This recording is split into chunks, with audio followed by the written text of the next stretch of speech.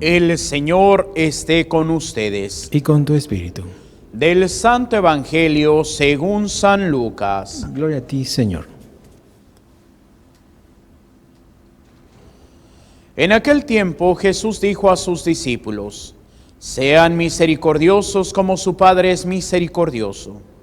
No juzguen y no serán juzgados. No condenen y no serán condenados. Perdonen y serán perdonados. Den y se les dará. Recibirán una medida buena, bien sacudida, apretada y rebosante en los pliegues de su túnica.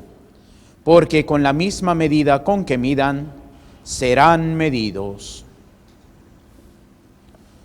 Palabra del Señor. Gloria a ti, Señor Jesús. Por la lectura del Santo Evangelio sean perdonados nuestros pecados. Nos sentamos brevemente.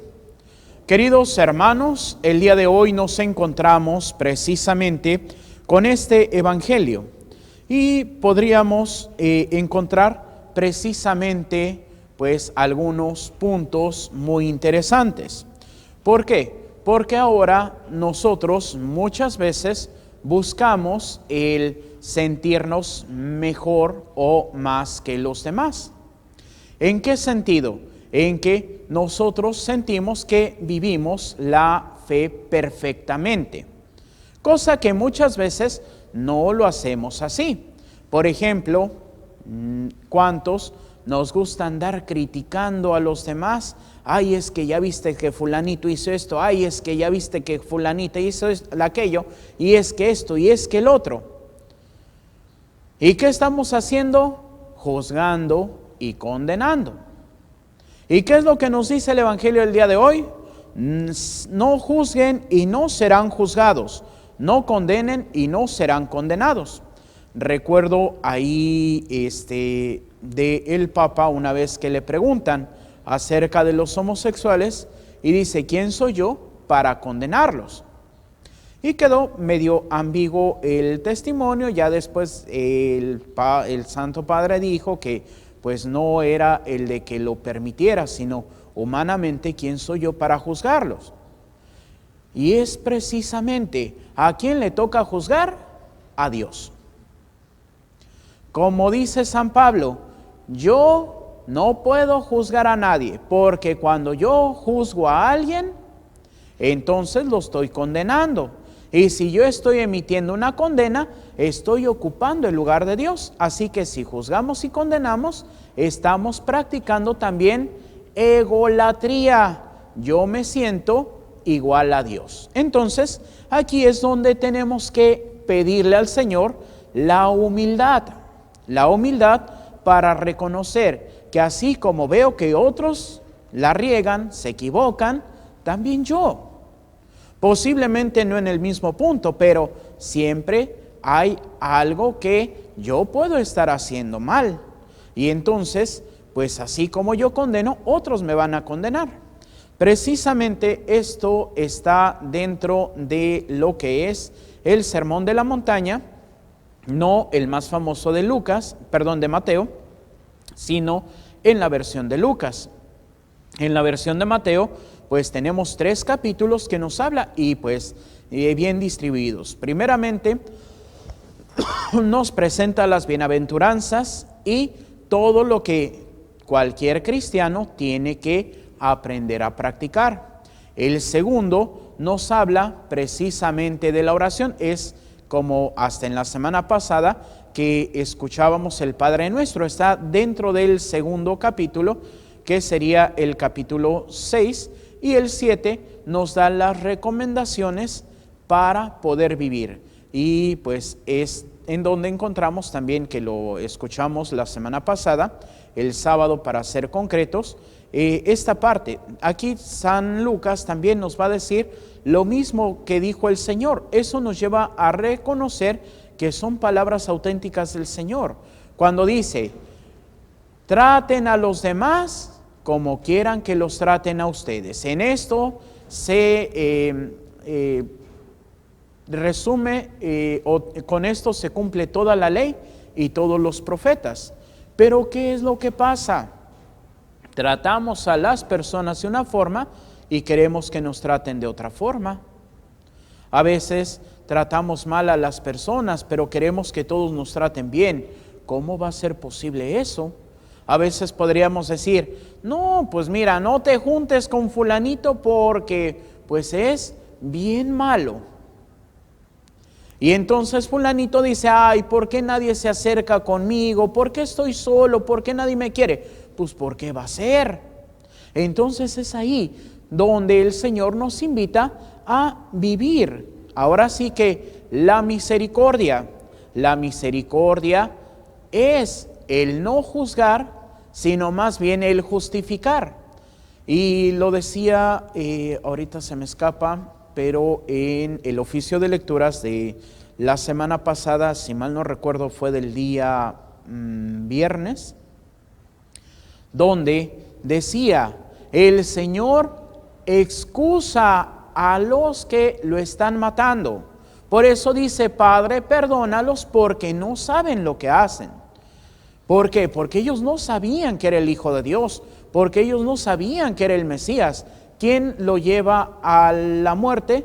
Pues los judíos. Pero ¿quiénes ejecutan eso? Los romanos. Los romanos ni que se habían enterado de que desde el Antiguo Testamento había sido mencionado que el Hijo del Hombre tenía que encarnarse, o el Hijo de Dios tenía que encarnarse para poder salvar a la humanidad. Entonces, pues ellos fueron el instrumento que Dios usó. Por eso cuando está con Pilato le dice, aquel que te entregó a mí tiene un pecado mayor. ¿Por qué? Porque cuando nosotros cometemos un pecado y no sabemos qué es pecado, ¿Dios nos va a pedir cuentas de ese pecado? Sí, pero no nos va a pedir cuentas como si sabemos que es pecado y aún así lo hacemos. Es como, por ejemplo, ahorita recuerdo esta serie de libros de las Crónicas de Narnia. Y pues los más famosos, o el más famoso fue el primer libro, porque fue cuando salió la película, El león, la bruja y el ropero. Y pues de ahí salió después El príncipe Caspian, que fue el segundo libro de las Crónicas de Narnia. Ya no tuvo el éxito como la primera, también cambiaron pues la historia un tanto cuanto más. Luego salió el explorador el explorador de el alba. Bueno, ahorita no recuerdo cómo se llama. Creo que sí es El explorador del alba, que es el tercer libro. Y después vienen pues un cuarto libro, que es La silla de plata. Luego viene un quinto libro, que es, si no mal no recuerdo, el quinto libro es el que se llama El caballo y su muchacho, que es una historia que pasa en el primer libro, pues entre que crecen en Narnia y pues se vuelven reyes y todo esto, y pues habla acerca de un príncipe de otro reino, pues que se escapa.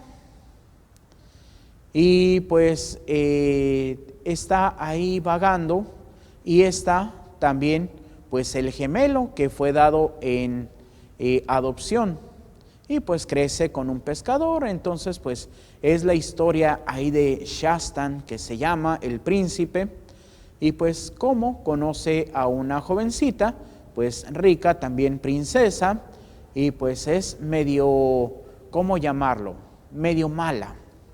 Y entonces hace sus travesuras y culpa a la criada. Y pues a la criada pues le dan sus azotes. Entonces en una, en donde pues va el caballo con su muchacho, por eso lleva el título, y va la princesa en otro caballo, pues de repente ven que viene un león. Y pues va persiguiéndolos y va persiguiéndolos. Y de repente sobre la muchacha agarra, se avienta y le araña la espalda. Nada más le provoca, pues ahora sí que el arañazo superficial. Entonces ya después que se encuentran y descubren que es Aslan y eso, y la muchacha le pregunta, ¿y por qué me arañaste si tú eres bueno? Y dice, porque tenías que pagar lo que has hecho sufrir a tu sirvienta. Cada arañazo es por cada latigazo que le dieron a tu sirvienta. Entonces, pues es ahí donde tenemos que descubrir que tenemos que pagar, aunque pues esta muchacha no sabía que eso era malo. Y es ahí donde nosotros tenemos que descubrir, para tener misericordia de Dios, tenemos que ser misericordiosos. En otras palabras, si ya más bíblicamente, ya no en historia, pues podemos encontrar la carta de Santiago. Habrá un juicio sin misericordia para quien no practicó la misericordia. Pero ¿qué es la misericordia? La misericordia es ser siempre buenos, ayudar al otro, quedarnos calladitos. Sí y no. Sí, porque eso es parte de la misericordia. No, porque también tenemos la obligación de mostrar el mal a aquel que lo está cometiendo. Y decir, estás mal por esto, esto, esto y esto. Porque si no, pues, ¿de qué sirve? Pecamos de omisión. Veo al otro que está mal y yo me callo. No quiero meterme en problemas. Es que, ¿para qué me voy a exponer? No, es que, no. Tienes la necesidad y la obligación de decirle a tu hermano. Por eso dice el Evangelio, si tú ves que tu hermano hace algo malo y se lo dices, y tu hermano cambia, salvaste a tu hermano y te salvaste a ti mismo. Pero si tú ves a tu hermano que está haciendo el mal y tú no haces nada, tu hermano morirá y tú también serás condenado por la vida de tu hermano. Así que no es tiempo de decir, ay no, yo me lavo las manos y cada quien, no. Tenemos que decir, por eso hoy es tan necesario levantar la voz cuando vemos que las cosas están mal, cuando hay una agenda que todos los gobiernos están implementando, una agenda que va contra la vida humana y contra el cristianismo. Y esa agenda es algo que ya en algunos países se ha puesto en marcha y en otros está en vías de ser puesto. Por ahí alguien dijo, un obispo dijo, que esta agenda en México se va a empezar a poner. Y con el gobierno que tenemos, que ciertamente para justificarse, lo que hace, pues, consulta ciudadana, y realmente la consulta no importa, nada más es para decir, el pueblo dijo. ¿Y qué es esto primero que se va a implementar? El aborto legal, gratuito en todo el país. Y entonces, ¿quién está dispuesto a levantar la voz? Pero a veces nos quedamos, no, padre, pero es que, ¿para qué hago eso? Se van a burlar de mí, van a decir cosas de mí, me van a excluir de los grupos. ¿Y qué importa? ¿Quieres estar bien con los hombres o quieres estar bien con Dios?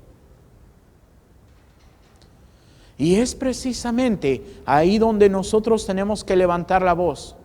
Y por ahí decía ese obispo, no tengo las fechas, pero lo más probable es que el próximo 6 de junio, cuando sean las votaciones, también sea la consulta ciudadana para preguntarle a los mexicanos que si quieren aborto o no quieren aborto.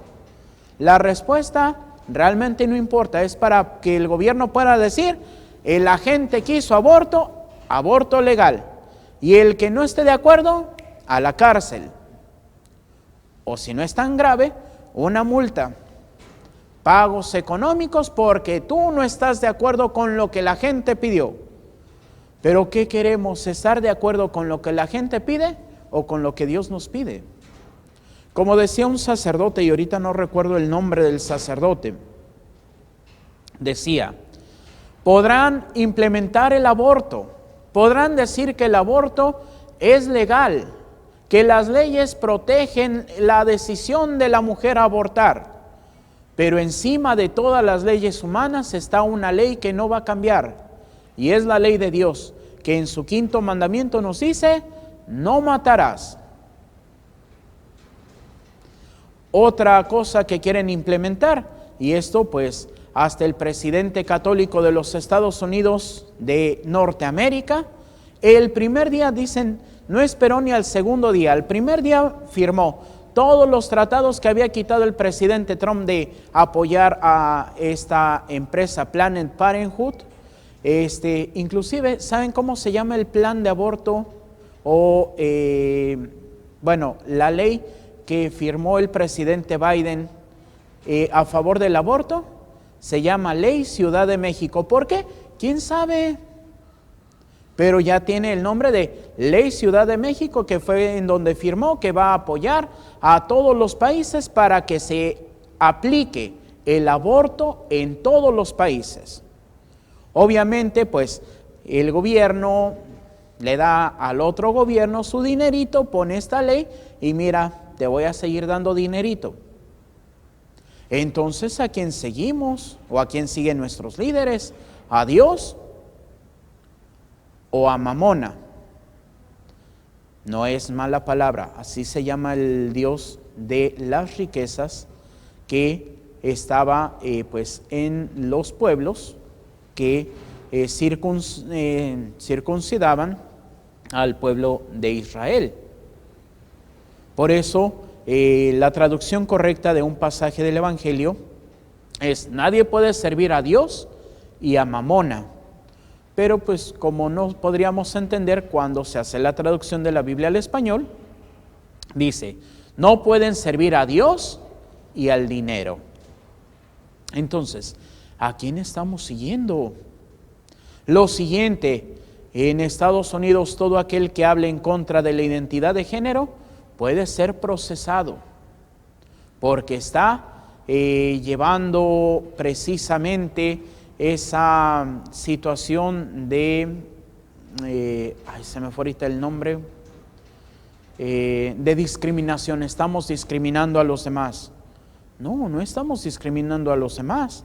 Por ahí hay un video que vi, ahorita se me escapa, un youtuber, es español, pero dice, desmontando científicamente la ideología de género.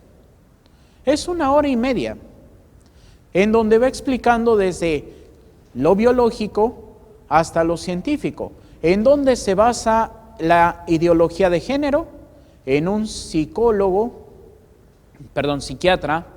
estadounidense que se llama, su apellido es Money, como dinero.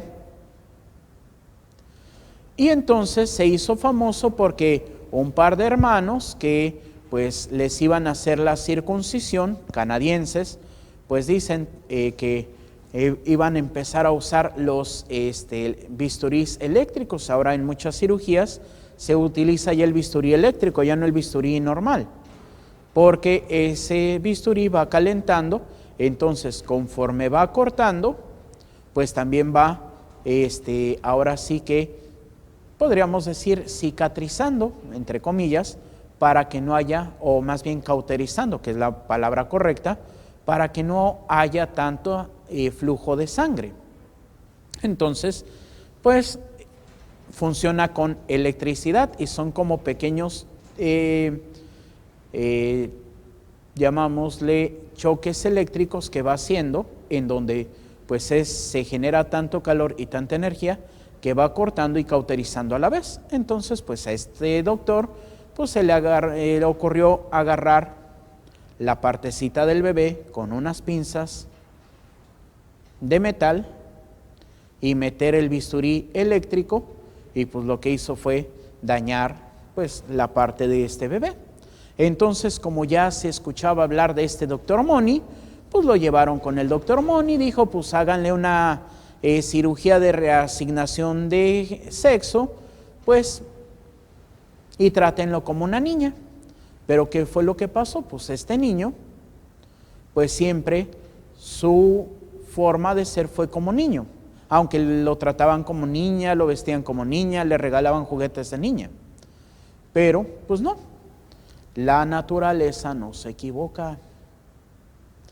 Y entonces, ¿qué es lo que pasó? Pues este científico dijo, este psiquiatra dijo, Fue todo un éxito. A un hombre que era un hombre normal, pues lo empezaron a tratar como niña y se convirtió en una niña. Lo cierto que a los 13 años, este jovencito, pues se quería suicidar, porque no encajaba. Y entonces, pues siguieron, total, pues ya cuando le dicen sus papás a este jovencito lo que realmente pasó, pues imagínense el shock, el coraje y todo, pues pide que se le haga una nueva cirugía de reasignación de sexo. Se casa, después de cierto tiempo pues lo deja la esposa. El hermano, por la situación, pues se suicida. 2 años después se suicida este joven. Y pues se decía, no, es que el experimento fue súper efectivo. Pues no fue efectivo. Y pues el día de hoy ya la psicología, la psiquiatría, toma el caso de este hombre, el psicólogo Money, para decir pues que eso es una manera incorrecta de practicar la psicología y la psiquiatría. Y que también, pues el experimento que hizo es inmoral. Entonces, de ahí se basan los que luchan por la identidad de género. Porque este hombre decía, la naturaleza no tiene nada que ver. Si tú educas a un niño como niña, va a ser una niña. Si tú educas a una niña como niño, va a ser niño. Y pues se quedó demostrado de que no. Pero pues los ideólogos de la identidad de género siguen pensando eso, aunque la naturaleza lo ha desmentido. Y es eso lo que nos quieren vender. Es eso lo que muchos están comprando. Y es aquí donde nosotros tenemos que levantar la voz. Que nos van a perseguir, que nos van a decir, ¿qué importa? El Señor dijo, bienaventurados cuando los persigan por mi nombre, porque de ustedes será el reino de los cielos. Y como decía un apologeta de Estados Unidos, laico, Frank Morera, en el siglo XX se hizo lo mismo con los judíos. Terminaron en una mega persecución. Ahora los cristianos estamos ocupando el lugar de los judíos de hace 100 años. Y yo puedo decir, México tiene ya experiencia. Hace 100 años, pues posiblemente a nuestros abuelitos, a nuestros papás, a nuestros bisabuelitos, tatarabuelitos, los persiguieron cruentamente en una guerra que se llama la Guerra Cristera, de la cual, pues miren, en la escuela nunca se va a hablar. ¿Por qué? Porque el gran perdedor fue el gobierno, y el que ocasionó esa guerra fue el gobierno. Y así, ayer veía un video de Monseñor Miguel Ángel Alba, obispo de La Paz, que decía que pues cuando la señora primera dama, que no es primera dama, pero sí ocupa la función de la primera dama, Beatriz Gutiérrez Müller, le mandó una carta al Papa diciendo que tiene que pedir perdón a México y a todos los pueblos latinoamericanos, porque gracias al Papa se llevó también la conquista espiritual, haciendo que muchos sufrieran. Y pues el señor obispo de La Paz dijo, ¿y por qué el gobierno no pide perdón a la iglesia por una guerra que ellos iniciaron? Por unas leyes injustas en contra del cristianismo que están en desuso, pero no se han abrogado. Así que en cualquier momento el gobierno puede volvernoslas a aplicar. ¿Y qué quiere decir? Que habría solamente un sacerdote por cada 100,000 personas. Si ahorita no nos las acabamos, y eso que somos prácticamente el 1% de la sociedad en general, pues imagínense, seríamos el 0.001% por cada persona, entonces pues eso sería pues muy, muy, muy malo, pero está bien. Es ahí donde hoy nosotros tenemos que vivir. Y si nosotros lo hacemos, el Señor nos promete esa recompensa. Pues aquí en el norte del país pues no es tanto, pero pues allá en la Ciudad de México, bueno, en todo el sur para no especificar, pues todavía se compra con la sardina, se compra con la lata. ¿Por qué? Porque te venden que si tus, por ejemplo, para este tiempo, muy ricas las habas, que están así hervidas con su chilito, su salicita, su limoncito. Entonces, pues agarran la sardina, que es la lata de sardinas, la llenan y pues esa es la medida. ¿Y a cuánto la lata? Pues a 10 la lata. Entonces, pues ya. Entonces, ¿qué quiere decir eso de la medida sacudida, apretada? Pues esto cabría más en el pinole.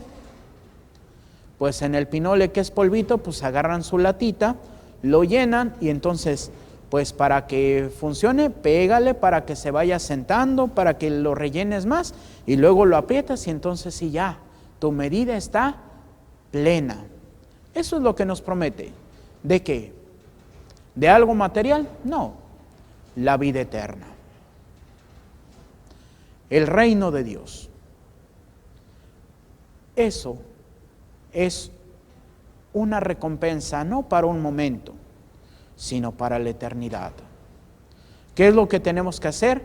Tratar de ser fieles al Señor y luchar día en día por cumplir con lo que el Señor nos pide. Que así sea, para gloria de Dios Padre, Hijo y Espíritu Santo. Amén. Nos ponemos de pie y hacemos la oración de Padre Carlos de Foucault. Padre, me pongo en tus manos. Haz de mí lo que quieras, sea lo que sea, te doy las gracias. Estoy dispuesto a todo, lo acepto todo, con tal de que tu voluntad se cumpla en mí y en todas tus criaturas.